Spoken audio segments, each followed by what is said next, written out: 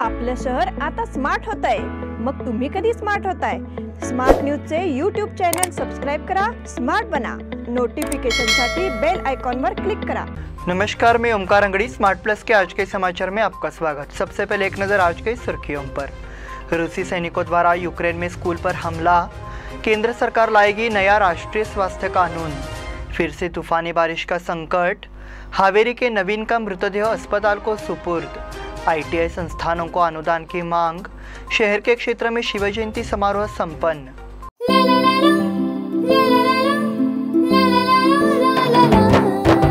जले दीप अंगना में होगी रोशन दुनिया, पलकों तले छा जाए चांद तारों का साया।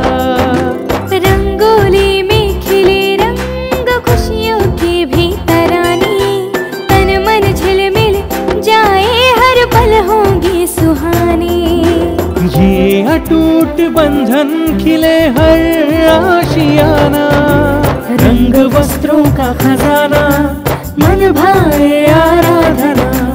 रंग वस्त्रों का खजाना मन भाए आराधना। आराधना मारुति गली बेलगाम। मन भाए आराधना। अब समाचार विस्तार से। रूस और यूक्रेन के बीच युद्ध अभी खत्म नहीं हुआ है। दोनों देशों के बीच तनाव बढ़ रहा है। रूस यूक्रेन में नागरिकों को निशाना बना रहा है। इस बीच यूक्रेन ने दावा किया है कि रूस ने मारियोपोल शहर में एक स्कूल पर बमबारी की। अधिकारियों ने बताया कि हमलावर ने दोपहर बाद 400 लोगों की भीड़ के सामने हमला किया, जिसमें कम से कम 400 लोग मारे गए और अन्य घायल हो गए। बंदरगाह शहर मारियोपोल में 400 लोगों ने एक स्कूल में शरण ली। स्कूल पर आज रूसी बलों ने बमबारी की, यूक्रेनी सरकार ने एक बयान में कहा। दूसरी ओर रूसी सेना यूक्रेन के प्रमुख शहरों जैसे कीव और मारियोपोल पर नियंत्रण करने की कोशिश कर रही है। यूक्रेन के मारियोपोल और कीव शहर में एक रैली के सामने दोपहर के तुरंत बाद हमलावर ने हमला किया। यूक्रेन की सेना रूस को समान ताकत से जवाब दे रही है। संघर्ष ने बंदरगाह शहर मारियोपोल में एक स्टील फैक्ट्री को नष्ट कर दिया। प्राप्त जानकारी के अनुसार इस फैक्ट्री में लोहे और स्टील का निर्माण किया जा रहा था। यह यूरोप की सबसे बड़ी फैक्ट्री थी। केंद्र सरकार लाएगी नया राष्ट्रीय स्वास्थ्य कानून। केंद्रीय स्वास्थ्य और परिवार कल्याण मंत्रालय और अन्य सरकारी विभागों के अधिकारियों ने राष्ट्रीय जनस्वास्थ्य अधिनियम के नए मसौदे के विभिन्न प्रावधानों को अंतिम रूप देने की प्रक्रिया शुरू कर दी है। एक बार मसौदा तैयार हो जाने के बाद इसे केंद्रीय मंत्रिमंडल को भेजे जाने से पहले परामर्श के लिए सार्वजनिक डोमेन में रखा जाएगा, इंडियन एक्सप्रेस ने बताया। नए मसौदे में कई परिदृश्यों का अध्ययन किया गया है। इसमें सार्वजनिक स्वास्थ्य आपातकाल घोषित करने का प्रावधान भी शामिल है। संसद के मानसून सत्र में राष्ट्रीय जनस्वास्थ्य विधेयक पेश किए जाने की उम्मीद है। प्रस्तावित राष्ट्रीय जनस्वास्थ्य अधिनियम 2017 से लागू है। यदि पारित हो जाता है तो ये 125 साल पुराने महामारी अधिनियम 1897 की जगह लेगा। सार्वजनिक स्वास्थ्य और जैविक हमलों, प्राकृतिक आपदाओं, रासायनिक और परमाणु हमलों के कारण आपात स्थिति को भी इस अधिनियम के तहत कवर किया जाएगा। राष्ट्रीय सार्वजनिक स्वास्थ्य प्राधिकरण की अध्यक्षता केंद्रीय स्वास्थ्य मंत्रालय करने का प्रस्ताव है।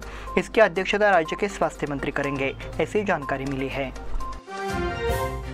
फिर से तूफानी बारिश का संकट। पिछले कुछ दिनों से आसीन तूफान वर्तमान में तट से टकरा रहा है। कुछ ही दिनों में ये तूफान कर्नाटक के कुछ जिलों से टकराने की आशंका है। इसमें बेलगाम जिला भी शामिल है। मौसम विभाग ने ऐसा संकेत दिया है। तूफान असनी इस समय अंडमान और निकोबार के द्वीपों से टकरा रहा है। वहीं से तूफान आगे बढ़ने वाला है। ये तूफान कर्नाटक के उत्तर कन्नड़, उडुपी और दक्षिण कन्नड़ जिलों को प्रभावित करेगा। इसके लिए हाई अलर्ट जारी कर दिया गया है। साथ ही 24 और 25 मार्च को बेलगाम सहित रायचूर, गदग, हावेरी और धारवाड़ जिलों में भारी बारिश की संभावना है। मौसम विभाग ने चेतावनी जारी की है। इसलिए ऐसे संकेत मिल रहे हैं कि स्थानीय प्रशासन ने भी इस संबंध में तैयारी कर ली है। हावेरी के नवीन का मृतदेह अस्पताल को सुपुर्द। यूक्रेन में युद्ध के दौरान मारे गए हावेरी के छात्र नवीन कुमार का शव सोमवार सुबह उसके गृहनगर चलगेरी लाया गया। उनके अंतिम दर्शन के बाद शव को अस्पताल में दान कर दिया गया। नवीन कुमार यूक्रेन के खार्किव में मारा गया। मूल रूप से चलगेरी के रहने वाले नवीन ज्ञानगौड़ा यूक्रेन में चिकित्सा की पढ़ाई कर रहे थे। 2 हफ्ते पहले उनका निधन हो गया। तब भारतीय विदेश मंत्रालय और भारतीय दूतावास द्वारा नवीन के पार्थिव शरीर को भारत लाने का प्रयास किया गया। शवों को सोमवार सुबह बेंगलोर और फिर उनके गृहनगर लाया गया। उनका शरीर आयुर्विज्ञान संस्थान को दान कर दिया गया। इससे पहले हावेरी जिले के ग्रामीणों ने उनके पार्थिव शरीर पर मार्च किया और उन्हें श्रद्धांजलि दी। ITI संस्थानों को अनुदान की मांग। छात्रों को व्यावसायिक शिक्षण प्रदान करने वाली निजी ITI को अनुदान का वितरण नहीं किया गया है। इसके चलते इन छात्रों को शैक्षणिक नुकसान हो रहा है। मांग है कि सरकार तत्काल कदम उठाए और अनुदान मुहैया कराए। इस मांग को लेकर सोमवार को जिलाधिकारी को बयान दिया गया। बयान कर्नाटक राज्य निजी ITI प्रबंधन संघ के माध्यम से जारी किया गया। बयान में कहा गया है कि निजी शिक्षण संस्थान अनुदान के लिए पिछले कुछ वर्षों से आंदोलन कर रहे हैं। सरकार ने इस आंदोलन पर कोई ध्यान नहीं दिया। इसके लिए हुबली से बेंगलुरु तक का पैदल रास्ता निकाला गया और सरकार का ध्यान इस ओर खींचा गया। उस समय समस्याओं का वादा किया गया, लेकिन वादा अभी तक पूरा नहीं किया गया है। इसे संज्ञान में लिया जाए, नहीं तो एक बार फिर से प्रभावी आंदोलन शुरू करना होगा, ऐसी चेतावनी दी गई। बयान देते हुए महासंघ के उपाध्यक्ष आदिवेश इटकी, MS खोत एवं अन्य सदस्य उपस्थित थे। शहर के क्षेत्र में शिव जयंती समारोह संपन्न। शहर और आसपास के इलाकों में शिव जयंती सोमवार को मनाई गई। इस अवसर पर विभिन्न गतिविधियों का आयोजन किया गया। इसमें बड़ी संख्या में शिव प्रेमी कार्यकर्ताओं ने भाग लिया। सुबह से ही विभिन्न संगठनों के कार्यकर्ता श्री शिवराय के दर्शन करने पहुंचे। उन्होंने उन्हें श्रद्धांजलि भी दी। बेलगाम जिला शिवसेना सीमा भाग की ओर से सुबह छत्रपति शिवाजी महाराज जयंती मनाई गई। सोमवार की सुबह शाहपुर के छत्रपति शिवाजी उद्यान में आयोजित जयंती कार्यक्रम की शुरुआत प्रेरणादायी मंत्र से हुई। उसके बाद शिवसेना के आयोजक तानाजी पावशे और उपजिला प्रमुख बंडू खेरवाड़कर ने पार्क में भगवान शिव की मूर्ति पर माल्यार्पण किया। इस अवसर पर शिवराय का अभिवादन किया गया और उनके नाम का जाप किया गया।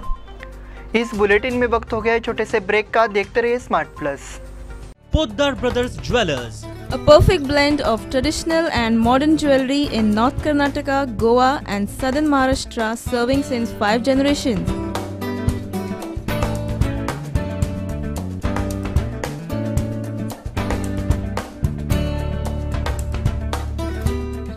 exclusive gold, silver and platinum jewelry showroom.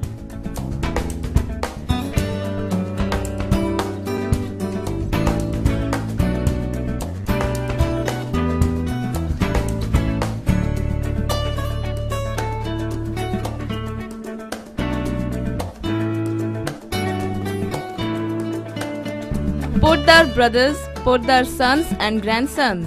Khade Bazar, Belgaum. Call is on 0831 240 550 or 51 or 52 or 53. Visit us at www.poddarjewelers.com.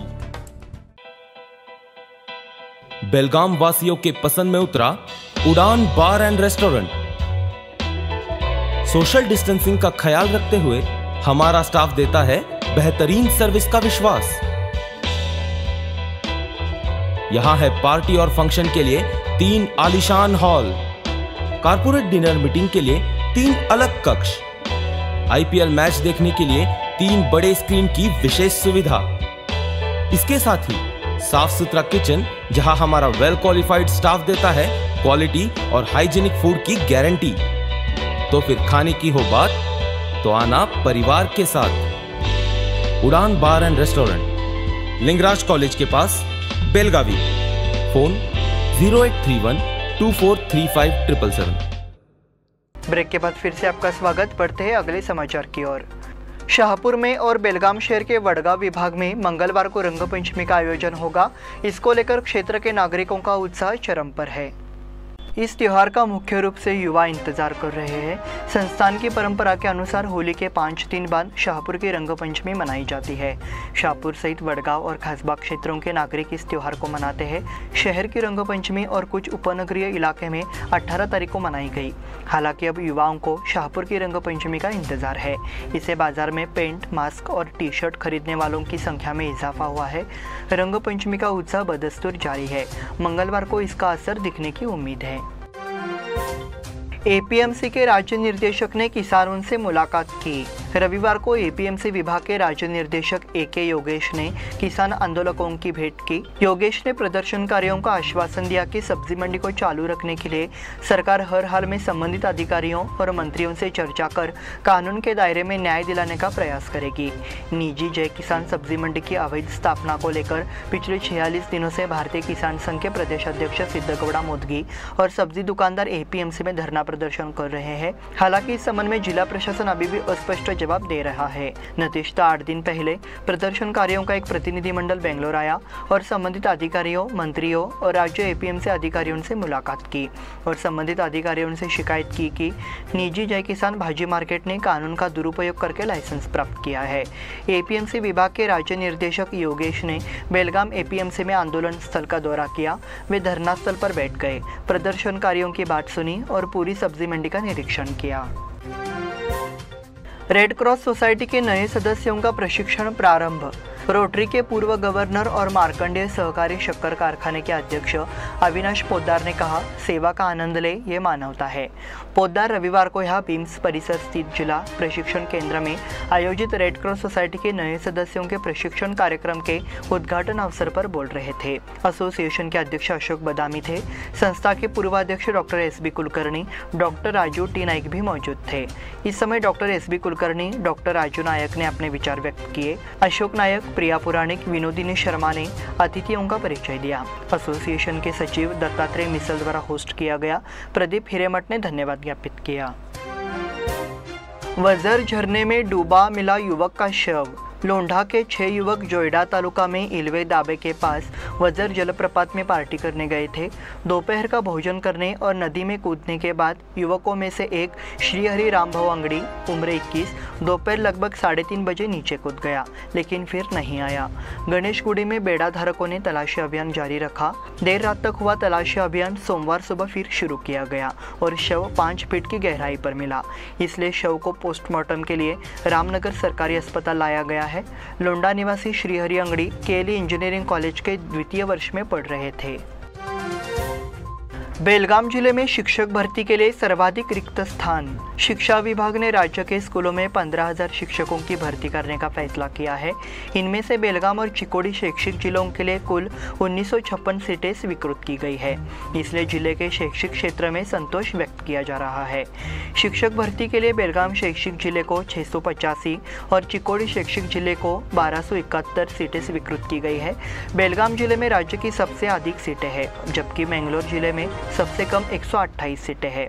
साथ ही राज्य में अधिकांश रिक्तियां गणित और विज्ञान के शिक्षकों से भरी जाएंगी। खासबाग के गणेश मंदिर में चोरी। चोरों ने संभाजी रोड खासबाग स्थित गणेश मंदिर के शटर तोड़कर 2 किलो चांदी चुरा ली। चोरी का पता 17 मार्च को चला और रविवार को शाहपुर थाने में शिकायत दर्ज कराई गई। मंदिर में हुई चोरी से इलाके में हड़कंप मच गया है। गणेश मंदिर पंच समिति के अध्यक्ष सदाशिव ठक्कप्पा मालवी ने रविवार को शाहपुर थाने में शिकायत दर्ज कराई है। चोरों ने 15 लाख रुपए मूल्य की 2 किलोग्राम चांदी छीन ली और शाहपुर थानाध्यक्ष विनायक बड़गेर आगे की जाँच कर रहे हैं। बुधवार को हमेशा की तरह रात 8 बजे मंदिर के कपाट बंद कर दिए गए थे। अगले दिन गुरुवार की सुबह 7 बजे पुजारी अनंत केरूर पूजा के लिए आए तो शटर खुले थे। ये पता चला कि मूर्ति की पीठ पर चांदी का प्रभाव चोरी हो गया था। बेलगाम शहर में 27 तारीख को triathlon duathlon. Thought Flow Education Trust, Belgaum Pedlers Club और Belgaum Aquatic Club Super Boeing 2022 triathlon और डुएथलॉन 27 मार्च को आयोजित किया जाएगा। ऐसी जानकारी प्रतियोगिता के आयोजक और अंतर्राष्ट्रीय धावक डॉक्टर किरण खोत ने होटल सम्मान में प्रेस कॉन्फ्रेंस को संबोधित किया। प्रतियोगिताओं में तैराकी, साइकिल चलाना और दौड़ना शामिल है। प्रो लीग हॉकी, भारतीय टीम ने अर्जेंटीना को हराया। मनदीप सिंह के आखिरी मिनट के गोल ने भारत को FIH प्रो लीग हॉकी में अर्जेंटीना पर 4-3 से जीत दिलाने में मदद की। भारत शनिवार को दोनों टीमों के बीच हुए शूटआउट मैच में हार गया था। हालांकि रविवार को भारत ने इस हार की भरपाई कर दी। अंतर्राष्ट्रीय क्रिकेट परिषद ने किया चिन्नास्वामी की पिच पर आरोप। भारत और श्रीलंका के बीच दूसरे टेस्ट मैच के लिए बेंगलोर के MA अंतर्राष्ट्रीय क्रिकेट परिषद ने चिन्नास्वामी स्टेडियम की पिच को औसत से नीचे का दर्जा दिया है। हैदराबाद FC ने पहली बार जीता ISL खिताब। हैदराबाद FC ने पेनल्टी शूटआउट में केरला ब्लास्टर्स को 3-1 से हराकर पहली बार इंडियन सुपर लीग का खिताब अपने नाम किया। इसी के साथ स्मार्ट प्लस के आज के समाचार समाप्त हुए। धन्यवाद।